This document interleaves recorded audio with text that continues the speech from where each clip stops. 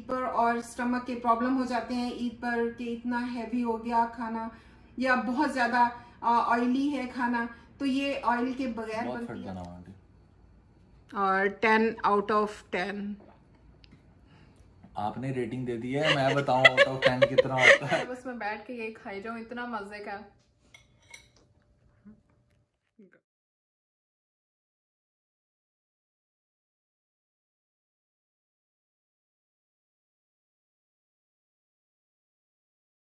अस्सलाम वालेकुम। आज मैं आपके साथ बहुत स्पेशल रेसिपी शेयर करने वाली हूँ और ईद की मुनासबत से तो ये बहुत ही ज़बरदस्त है कि मटन होता है और हम ख़वातीन को ये पता नहीं चल रहा होता कि कौन कौन सी रेसिपीज़ बनाएं, बहुत मसला पेश आता है।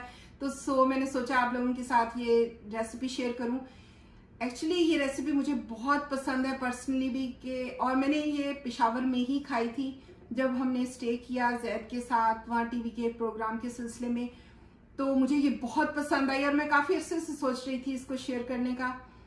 तो आज ईद के मौके पर मैंने सोचा आप लोगों के साथ शेयर करूं क्योंकि ये बहुत इजी बन जाती है, बगैर ऑयल की होती है। और वो लोग जो डाइटिंग कर रहे हैं और या हेल्थ कॉन्शियस हैं, मोटा नहीं होना चाहते हैं, और स्पेशली वो लोग कि जो ऑयली चीज़ों को अवॉइड करना चाहते हैं ईद पर और स्टमक के प्रॉब्लम हो जाते हैं ईद पर कि इतना हैवी हो गया खाना या बहुत ज़्यादा ऑयली है खाना, तो ये ऑयल के बगैर बनती है, अपने ही ऑयल के अंदर बनती है। सो मैं आपका ज़्यादा टाइम नहीं लूँगी और हम चलते हैं अपनी रेसिपी। कोई भी मीट हो जैसे बीफ, मटन या व्हील, तो मैं सबसे पहले उसको विनेगर से धोती हूँ ताकि उसकी जो स्मेल है वो ख़त्म हो जाए और उससे गलने में भी वो हेल्प करता है और उसका टेस्ट भी अच्छा हो जाता है इससे मीट का, और स्मेल भी ख़त्म होकर एकदम फ्रेश स्मेल आती है।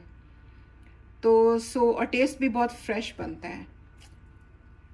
तो फिर इसमें 2 टेबलस्पून विनेगर डाल के ऊपर से टैप खोल दें और इसमें इसको वॉश करें अच्छी तरह से।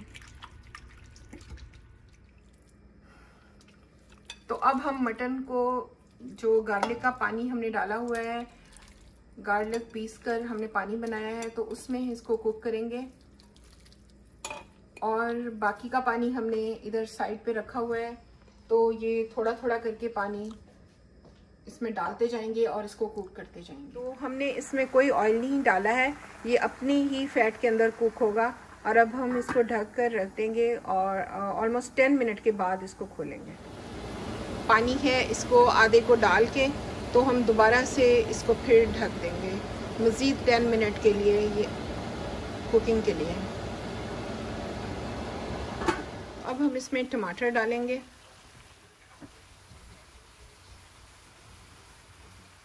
तो अब हम इसमें जो बाकी का लहसुन का पानी था वो डालेंगे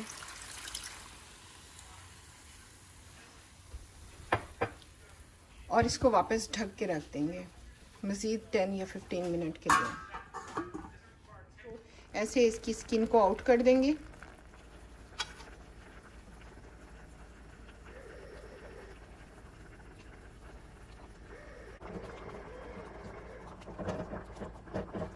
तो अब हम ग्रीन चिली ऐड करेंगे और गोश्त को गलाने के लिए एक ज़बरदस्त टिप है और उसके लिए मैंने वीडियो भी बनाई है और रिज़ल्ट उसमें वीडियो में ही शो किए हैं कि सख्त से सख्त गोश्त को, इवन के दालों और सब्जियों को भी किस तरह से गलाया जा सकता है, हाउ टू टेंडराइज मीट, तो वो वीडियो जाके देखें।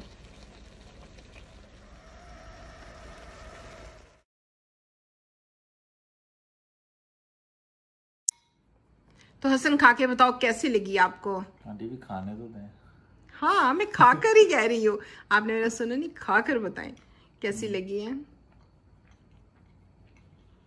मजे का बना हुआ काफी।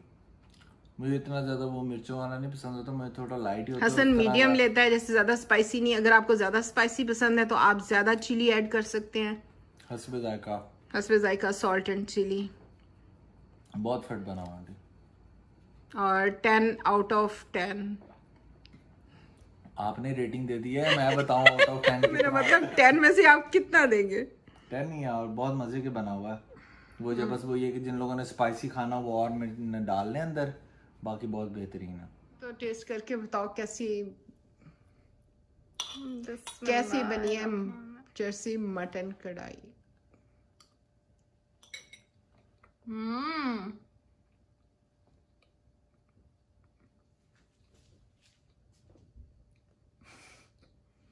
क्या हुआ? मुंह में फंस गया।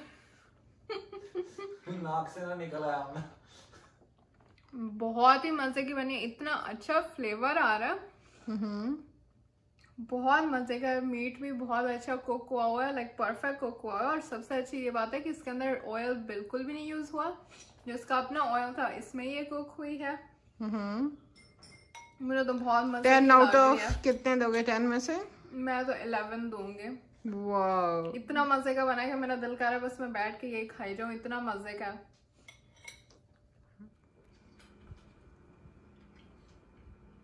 बहुत मजे की और यमी बनी है। तो अगर आपको ज़्यादा ग्रेवी चाहिए है या मसाला ज़्यादा चाहिए तो आप 2 अदद ऑनियन भी क्रश करके बीच में डाल सकते हैं। आप अपना बताएंगे 100 कितने रेटिंग देंगे आप इसको? 10/10। बस ये देखो, मैं फर्स्ट टाइम खा रही हूँ उस पेशावर वाली के बाद, तो बहुत ही यमी लग रही है। सही है। चलिए, ये तो आप लोग बताएंगे नीचे कमेंट्स में कि कैसी बनी है। कैसी बनी है, ठीक है। तो गाइस, अगर जो भी आप लोग बनाए तो आप लोग कमेंट्स में ज़रूर बताइएगा कि आपकी कैसे बनी, और आप अपने रिव्यूज़ ज़रूर दीजिएगा। अगर आपको ये मेरी रेसिपी पसंद आती है तो मेरे चैनल को सब्सक्राइब करें और कमेंट्स में मुझे बताएं। अगर आप ईद पे इसको ट्राई करते हैं तो मुझे बताएं कमेंट में कैसी बनी। और मैं मज़ीद रेसिपीज़ भी शेयर करूंगी आपके साथ। अभी चांप की रेसिपी भी आने वाली है नेक्स्ट, और ईद व्लॉग भी होगा, तो आप सारी वीडियोस देखें मामा बेयर के साथ। ये सुन्नत ऑलमोस्ट ख़त्म हो चुकी है। इस सुन्नत को जिंदा करके 100 शहीदों का सवाब हासिल करें। इस वीडियो को शेयर करें ताकि ये सुन्नत जिंदा हो सके। तकबीर तशरीक 9 जिलहज से लेकर 13 जिलहज तक हर फर्ज नमाज के बाद पढ़नी है। तकबीर तशरीक ये है, अल्लाहु अकबर ला इलाहा इल्लल्लाहु वल्लाहु अकबर अल्लाहु अकबर वलिल्लाहिल हम्द। इस मंथ में 3 वीडियोस बनाई थी और इन तीनों वीडियोस के कमेंट से हम 3 लकी विनर चूज करेंगे और फिर उन 3 लकी विनर में से एक लकी विनर चूज किया जाएगा। हम पिक करने लगे हैं लकी विनर।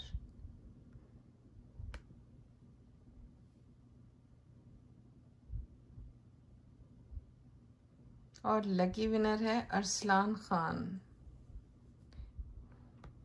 तो ये सेकंड लकी विनर है।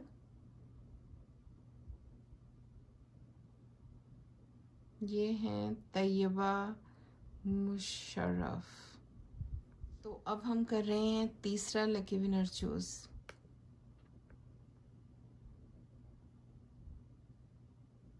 और ये लकी विनर हैं फैजान अहमद। तो अब इन 3 लकी विनर में से चूज होगा एक final lucky winner.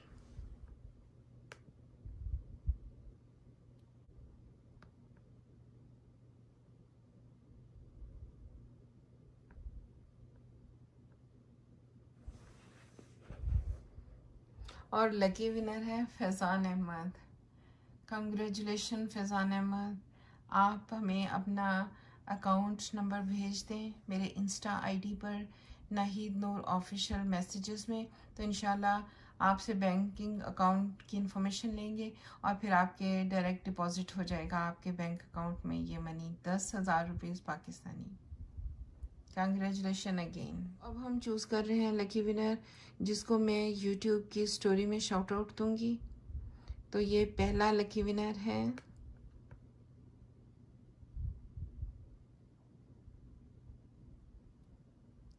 Laraib Qureshi. तो अब हम चूज़ करेंगे सेकंड विनर।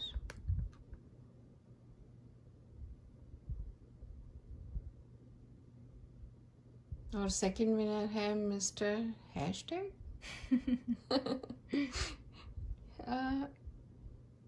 हाँ, मिस्टर हैशटैग। अब चूज करेंगे थर्ड विनर।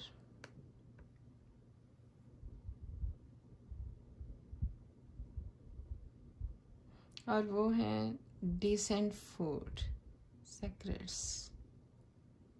तो अब इन 3 में से चूज होगा फाइनली 1 लकी विनर।